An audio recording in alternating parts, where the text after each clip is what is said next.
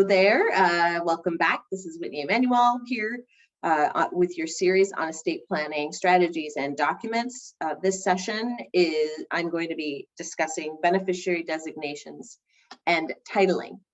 So there is a lot of power in a beneficiary designation. I talked about your will in the last video, but a beneficiary designation on an account that you own actually supersedes your will. And so that's why oftentimes when people go through a divorce, you are advised to change your beneficiary designation right away. Because even, let's say you are married, you get divorced, and your husband is the beneficiary on your 401k. And let's say you pass away, he receives the proceeds, no matter how many years it's been, no matter if you, in your will, you have it going to your children or your spouse that you've remarried to them. Your ex-spouse, your ex-husband still receives that because the beneficiary designation is still your ex-husband. So beneficiary designations are extremely important. Another reason they're important is because they do not even go through probate court. So that's why it supersedes your will, is because it's not even subject to probate court. There are no court proceedings when it comes to your beneficiary designations. Another thing to consider with beneficiary designations, IRAs and 401ks, retirement plans require a beneficiary designation.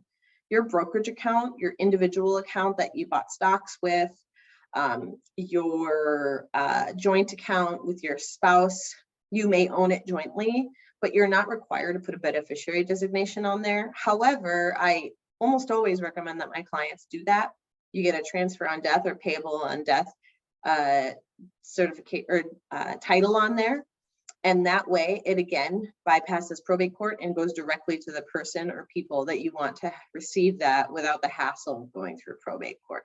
Probate court is more often in a basic estate plan, more for your house and real property, but any type of accounts that you have can have a title on them so that you don't have to actually go through probate court. So then we've talked about titling. So you've got an individual account only in your name, then you have joint accounts. There are really two types of joint accounts that I see more often. It's joint with rights of survivorship, that's the most common, and then tenants in common. So joint with rights of survivorship, that is the beneficiary is automatically the other joint owner, husband and wife. He passes away, it goes to his wife. And vice versa. If it's tenants in common, however, you own it jointly with, oftentimes tenants in common is with a non-spouse. So let's say it's your brother. When you pass away, and it's 50-50 in this scenario, you pass away, 50% actually doesn't go to your brother, it goes through probate court. So that's a really significant difference between joint with rights of survivorship and tenants in common.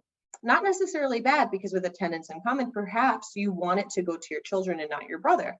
And so then in that scenario, a tenants in common would make sense, but it's really important to know the difference. And when you title your property at the beginning or accounts at the beginning, it's important to know how that is titled and why you're doing it from the beginning. You can also do transfer of deed on death with your property. That also causes your property to bypass probate court. Because it automatically transfers on death to your beneficiary of choice.